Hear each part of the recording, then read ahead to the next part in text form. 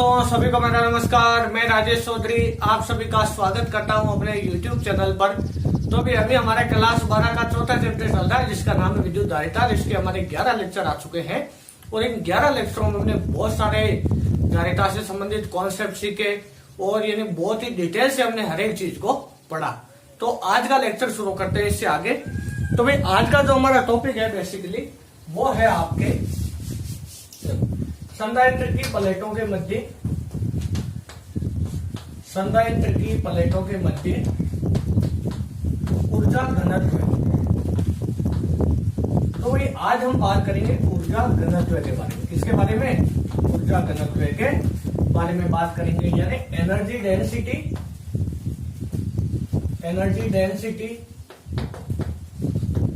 In parallel plate capacitor.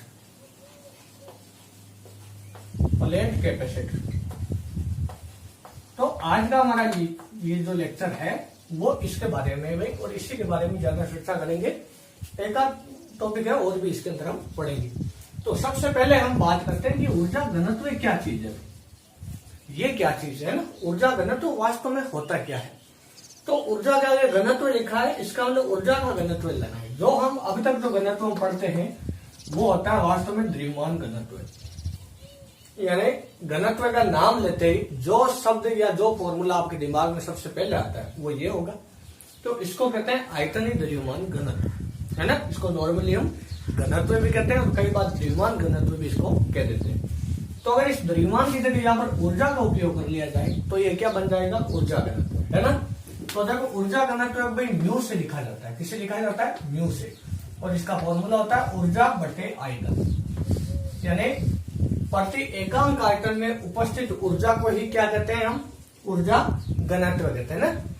यानी energy in per unit volume is called energy density, है ना। ऊर्जा घनत्व कहते हैं इसको। अब यहां से देखो इसका मात्रक किया जाएगा जूल पर मीटर क्यूब, है ना। ये अदिश राशि होती है। कैसी राशि होती है?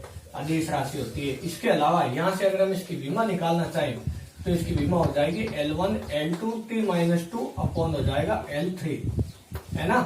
तो यहां से कैलकुलेट करेंगे इसको तो ये हो जाएगा M1 L-1 T-2। तो ये इसकी विमा हो गई। तो ये आपका होता है ऊर्जा घनत्व। क्या चीज होती है भाई? ये आपको होता है ऊर्जा घनत्व। तो अब इसका हम डेरिवेशन करते हैं कि ऊर्जा घनत्व का डेरिवेशन किस प्रकार से होता है ना। तो देखो भाई, जैसे ये आपके पास में कोई कैपेसिटर है, संधारित्र है, और इस संधारित्र को आवेश दिया गया है Q, यानी यहाँ पर माइनस Q है, यहाँ पर प्लस Q है, और इसकी प्लेटों के बीच में विद्युत क्षेत्र है E। संधारित्र की प्लेटों के बीच में विद्युत क्षेत्र कितना होता है? Sigma upon epsilon not. यहाँ भी 0 होता है, इसके बाद दोनों तरफ 0 होता है। ये मैं पहले आपको बता चुका हूँ। अब इसके बाद में देखो इसकी धारिता C है और इसका विभवांतर B मान लो, है ना। तो हम जानते हैं संधारित्र की प्लेटों के मध्य संचित ऊर्जा क्या होती है? हाफ CV² होती है, या हाफ QV होती है, या हाफ Q² अपॉन C होती है ना। तो यहाँ हम विभवांतर के बारे में ज्यादा चर्चा नहीं करेंगे। आवेश और जो धारिता है इसी से संबंधित हमारी चर्चा को यहीं तक हम सीमित रखेंगे। तो देखो इसके अंदर ये वाला फॉर्मूला काम में लेंगे। लास्ट वाला कौन सा जो कल हमारा आया था सबसे पहले? तो हाफ Q² अपॉन C। हम जानते हैं संधारित्र में संचित ऊर्जा का ये फॉर्मूला होता है।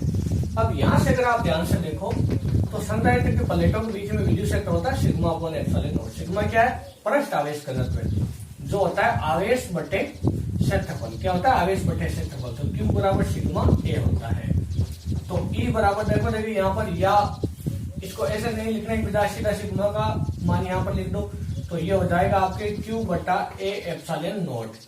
तो Q बराबर क्या आएगा? E A एप्सिलॉन नॉट, है ना। यहाँ पे इसको रख दिया हमने। अब देखो, अब यहां से अगर आप ध्यान से देखो तो U बराबर क्या हो जाएगा आपके? U बराबर हो जाएगा 1/2।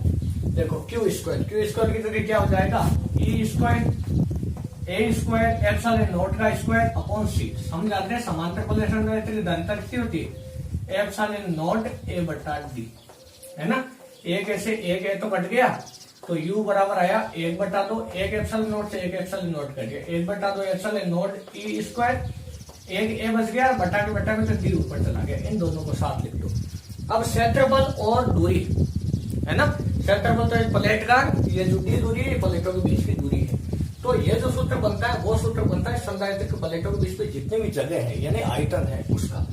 हम जानते हैं क्षेत्रफल का मात्रक मीटर स्क्वायर, इसका मीटर, तो मात्रक हुआ मीटर क्यूब किसका मात्रक होता है आयतन का। तो ये वास्तव में आयतन है। तो U बराबर 1/2 epsilon naught E square V. तो U बटे V बराबर हो जाएगा 1/2 एप्सिलॉन नॉट ई स्क्वायर, है ना। अब इसको हम क्या लिख सकते हैं, म्यू, है ना, ऊर्जा घनत्व अभी भी बताया था। तो ये इसका आपके फॉर्मूला आ जाता है। और ये फॉर्मूला किसका है, ऊर्जा घनत्व का फॉर्मूला है। ये बहुत इंपॉर्टेंट फॉर्मूला है, न्यूमेरिकल भी इसके ऊपर आते हैं और बहुत ही इजी भी है। देखो इसके अंदर कुछ भी नहीं करना पड़ा, हमें 2-3 फॉर्मूले आपको याद होने चाहिए और उसके अलावा बाद में कैलकुलेशन है और ये फॉर्मूला आपके निकल के आ जाता। तो ये आपके गर्मा गर्म फॉर्मूला भी हमने अभी अभी व्युत्पन्न किया है ना। ये नवजात है बिल्कुल। देखो इसके बाद में अगर हम आगे भी चर्चा करें तो ये तो हो गया हमारे ऊर्जा घनत्व। कल हमने जब ऊर्जा निकाली थी, क्या निकाली थी, संधारित्र में संचित ऊर्जा। तो संधारित्र में संचित ऊर्जा को एक और तरीके से निकाला जा सकता है, वो है ग्राफीय विधि।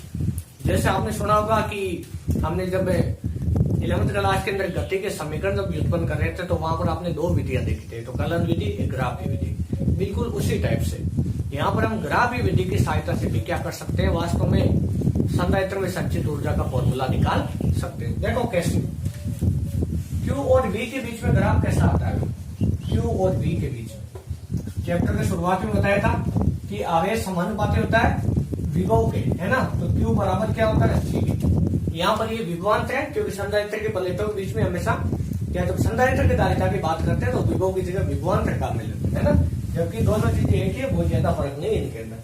तो Q बराबर CV है, देखो यहाँ पर, है ना। तो Q बराबर CV है, तो ये समानुपाती है। तो ग्राफ कैसा आएगा, सरल रेखा।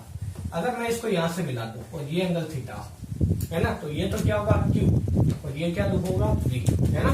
तो यहाँ से अगर आप ध्यान से देखो तो यहाँ पर हम जानते हैं कि किसी भी ग्राफ की सहायता से 2 राशियां प्राप्त हो, है ना, 2 टाइप से। जैसे कोई ग्राफ है तो उस ग्राफ से 2 प्रकार से चीजें प्राप्त कर सकते हैं। एक तो होती है उसकी स्लोप यानी ढाल से, है ना, नई भौतिक राशि इस टाइप से प्राप्त कर सकते हैं। एक होता है area under curve, area under curve यानी ग्राफ के द्वारा घेरा गया क्षेत्रफल। इसके द्वारा, ग्राफ के द्वारा घेरा गया क्षेत्रफल। देखो ग्राफ के द्वारा घेरा गया क्षेत्रफल, है ना।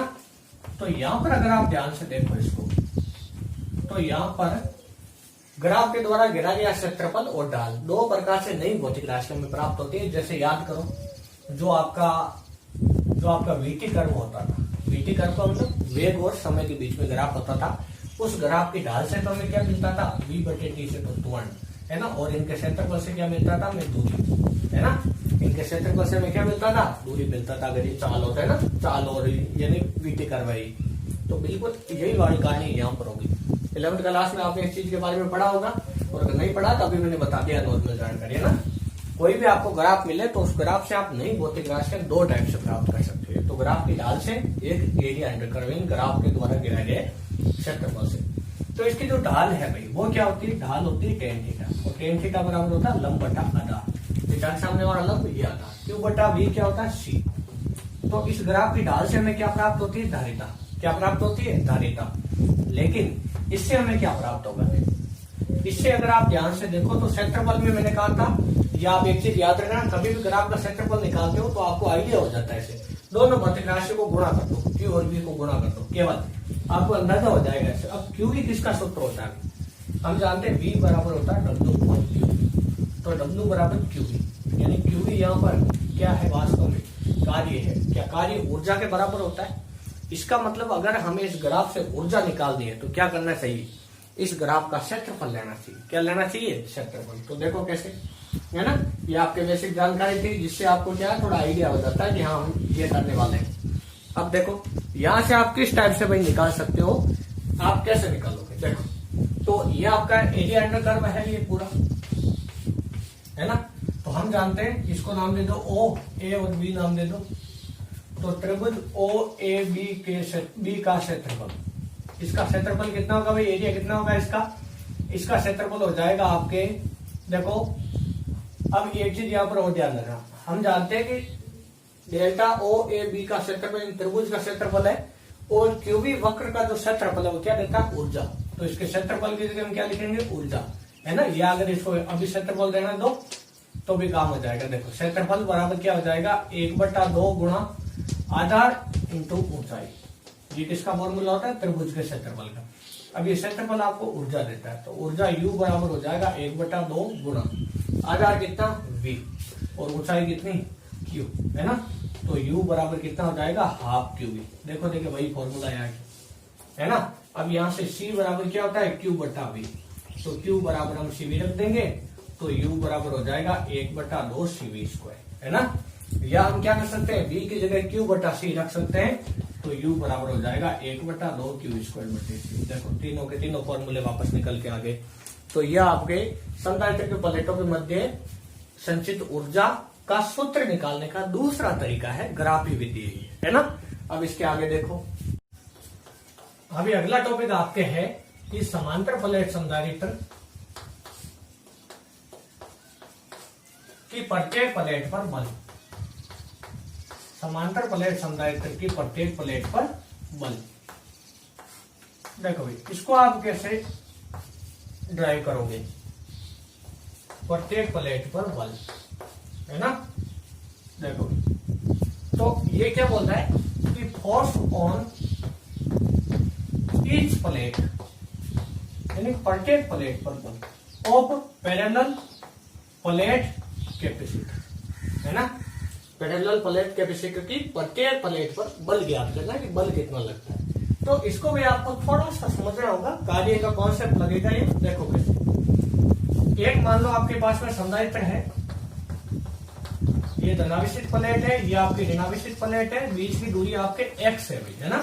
अब की बात दूरी x माने, d नहीं मानी। d क्यों नहीं मानी अभी बताऊंगा आगे। प्रत्येक प्लेट का क्षेत्रफल a है, इस पर -q आवेश है, इस पर +q आवेश है, और इसकी धारिता c है ना।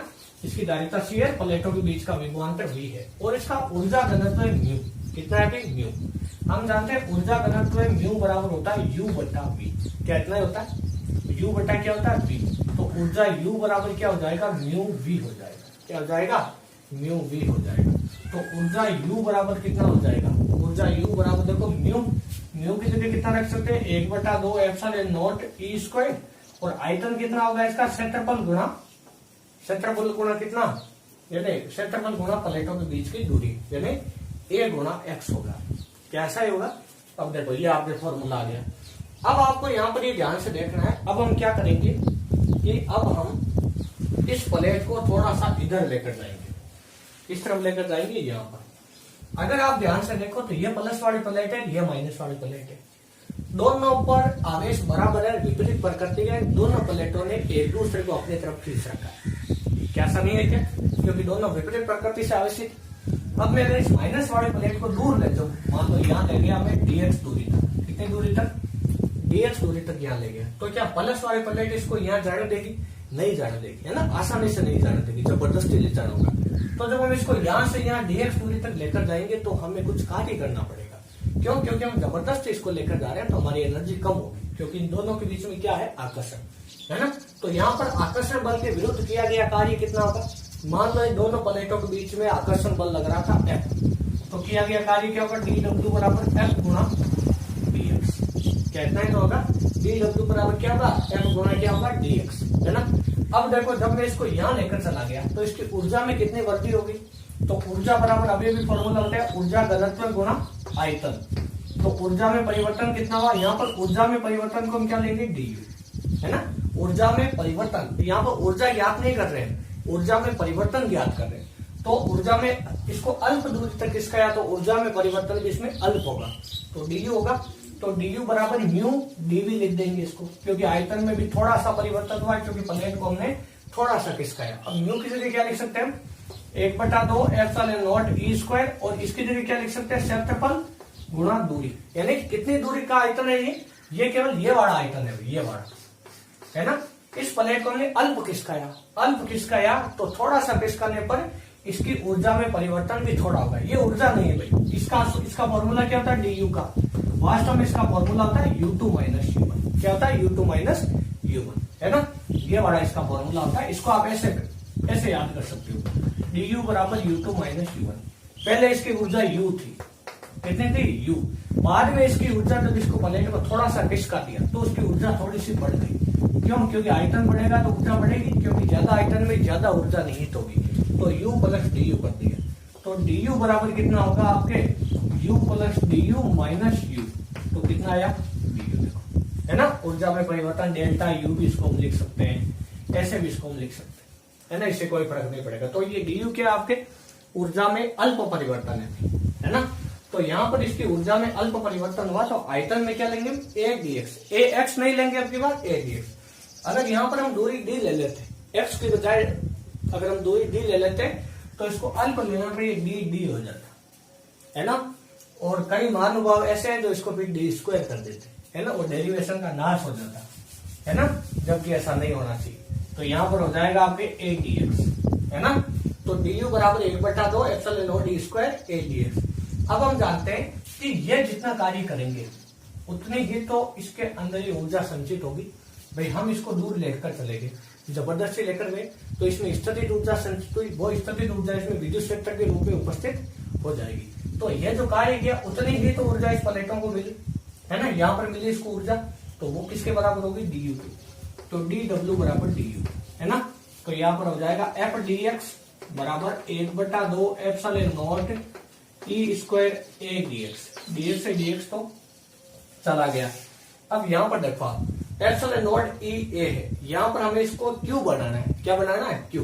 तो हम जानते हैं कि ई बराबर संधारित्र के प्लेटों के मध्य विद्युत क्षेत्र होता है सिग्मा अपॉन एप्सिलॉन नॉट, और सिग्मा बराबर होता है क्यू बटे ए एप्सिलॉन नॉट। तो क्यू बराबर क्या होता है ई ए एप्सिलॉन नॉट, यानी एप्सिलॉन नॉट एक ई और ए, इन तीनों की जगह क्या रख सकते हैं क्यू। यहाँ पर ई स्क्वायर है, केवल एक ई काम में लेना है। तो यहाँ पर ये हो जाएगा एफ बराबर 1/2, एक ई बच गया यहाँ पर और क्यू बच गया, बाकी तो सारे कट गए। तो ये आ गया संधारित्र की प्रत्येक प्लेट पर। ये पूरा डेरिवेशन कंप्लीट बता दिया देखो, है ना। अगर आप इसको ध्यान से देखो तो फिर आपको अच्छे से समझ में आ जाता है। अगर आपके कॉन्सेप्ट अच्छे हैं तो पीछे वाला कॉन्सेप्ट अगर आपके तैयार है फिर यहाँ तो कोई समस्या नहीं आती। आगे बस पूरी फिजिक्स में यही कॉन्सेप्ट चलते रहते हैं, नई चीजें बहुत कम आती है ना। इन्हीं मेन कॉन्सेप्टों के आधार पर हम चलते हैं। एक परेटो नाम का कोई विद्वान था, उसने एक 80/20 का सिद्धांत दिया था, है ना। तो वो कहता है कोई भी आप किताब पढ़ो उसमें 20% चीजें ऐसी होती है जिसको आपको एक बार अच्छे से पढ़ने की आवश्यकता होती है, बाकी 80% है उनसे मिलती जुलती आती है ना, या वही सारी चीजें उनमें काम में आने लगती है ना। तो बिल्कुल उसी टाइप से ही है ना। तो यहाँ पर परेटो का सिद्धांत बहुत अच्छे से काम करता है। अगर आपकी स्थितिज ऊर्जा के कार्य के ये कॉन्सेप्ट कंप्लीट है, जैसे मैंने बताया कि किया गया कार्य ऊर्जा के बराबर हो जाएगा। यहाँ पर एक तो ये चीज है ना, और इस प्रकार ये आयतन को ए डी एक्स लिखा, कितनी ऊर्जा में परिवर्तन क्या चीज हुई, ये सारा डेरिवेशन है ना। अब देखो आगे अगला जो आपके वही डेरिवेशन है, या डेरिवेशन से पहले एक आध सवाल भी हम देख लेते हैं एक बार, क्या मामला होगा देख, है ना सारी चीजें। उससे पहले एक बार हम बात करते हैं संधारित्र जो होता है उसके बीच में अगर माध्यम बनते हैं, क्या बनते हैं माध्यम, एप्सिलॉन आर प्रावैद्युतांक, तो ऊर्जा घनत्व कितना होगा। ऊर्जा घनत्व हम जानते हैं म्यू बराबर होता है 1/2 एप्सिलॉन नॉट ई स्क्वायर। कहते हैं माध्यम हो जाएगा म्यू एम, तो इसका फॉर्मूला होगा 1/2 एप्सिलॉन ई स्क्वायर। अब एप्सिलॉन आर बराबर होता है एप्सिलॉन अपॉन एप्सिलॉन नॉट, तो एप्सिलॉन बराबर हो जाएगा एप्सिलॉन आर एप्सिलॉन नॉट। तो म्यू एम बराबर हो जाएगा 1/2 epsilon R epsilon naught E square.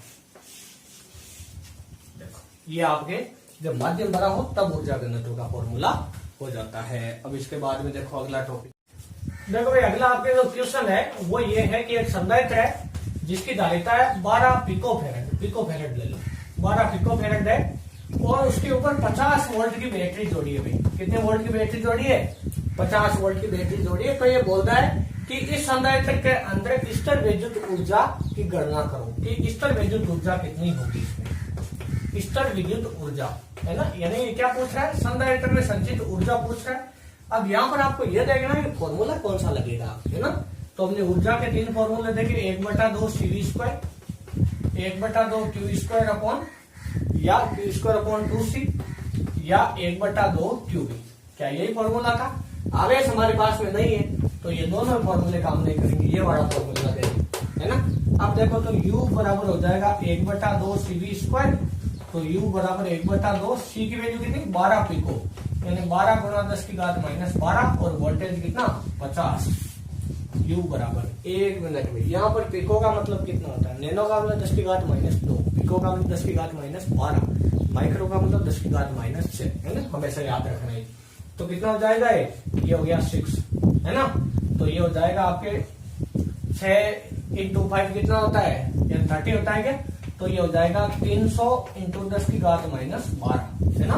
क्या मैंने सही लिखा है, ये देखो 6 टाइम घट गया, और ये हो जाएगा 6 × 5 हो जाएगा आपके 30, एक 0 और है, तो 300 × 10⁻12, तो इसको आप क्या लिख सकते हो, U बराबर 3 × 10⁻10 मात्रक हो जाएगा इसका जूल। क्या हो जाएगा मात्रक इसका जूल हो जाएगा, ये इसका आंसर है ना। अब अगला टॉपिक देखो, इसके अंदर अगला टॉपिक जो भाई हमारे है उसके अंदर क्या है कि अगला हमारे टॉपिक ये है कि संधारित्रों के संयोजन में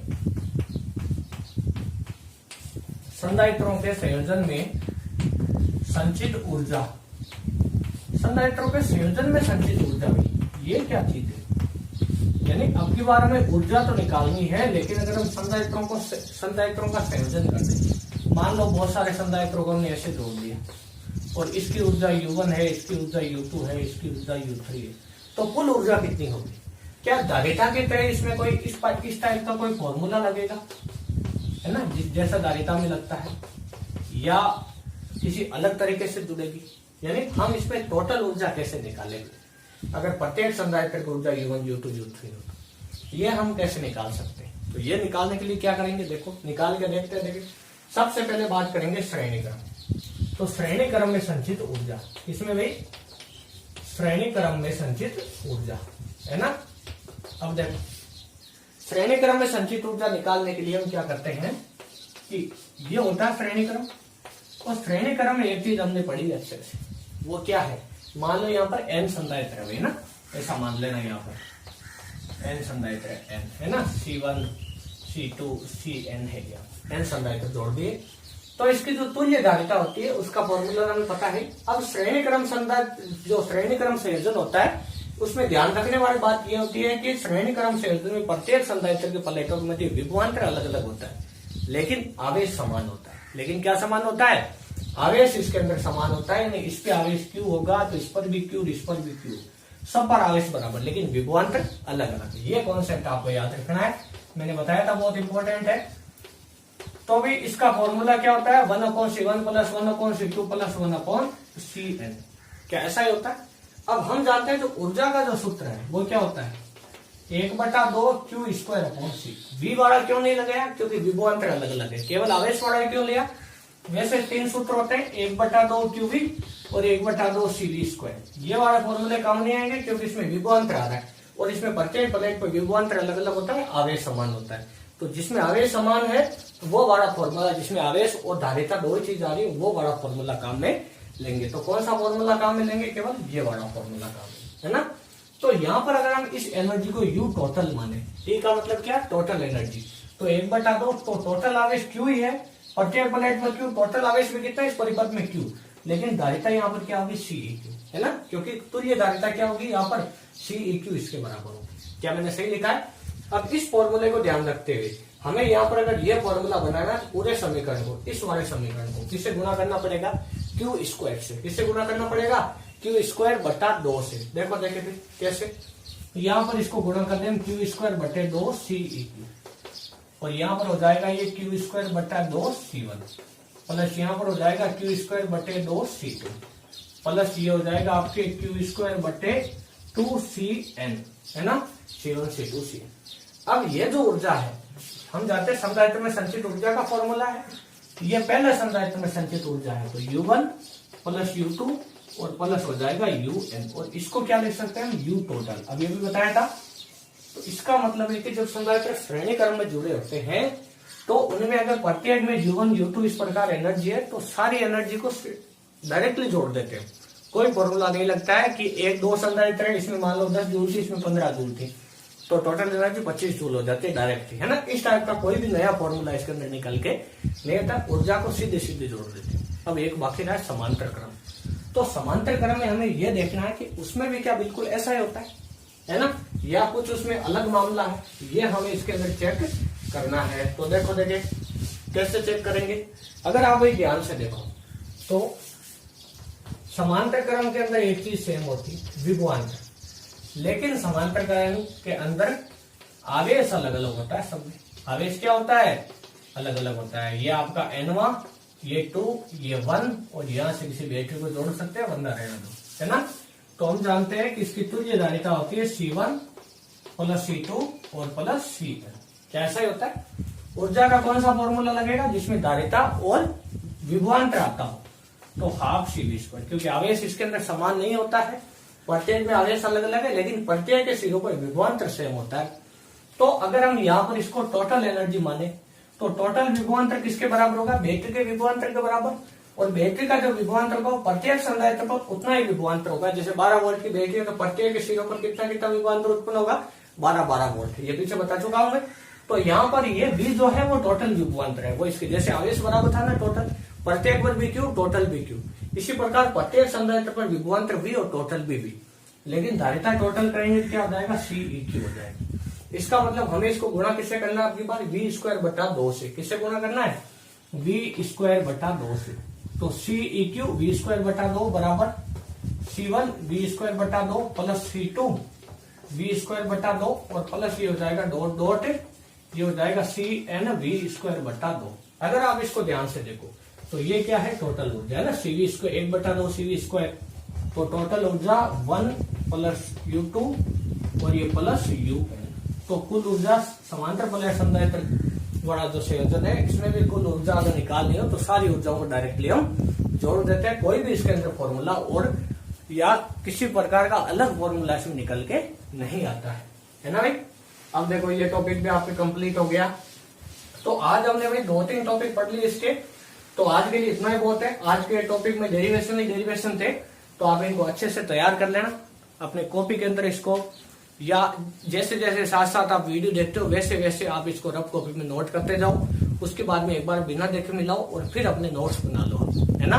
और अगर आपको नोट्स की आवश्यकता है, जो मेरे पास बने बनाए पड़े हैं, तो अगर आपको नोट्स की आवश्यकता है तो आप अपने मोबाइल नंबर या जो आपके व्हाट्सएप नंबर है वो आप कमेंट बॉक्स में लिख दो, हम उसके ऊपर आपको नोट्स उपलब्ध करवा देंगे।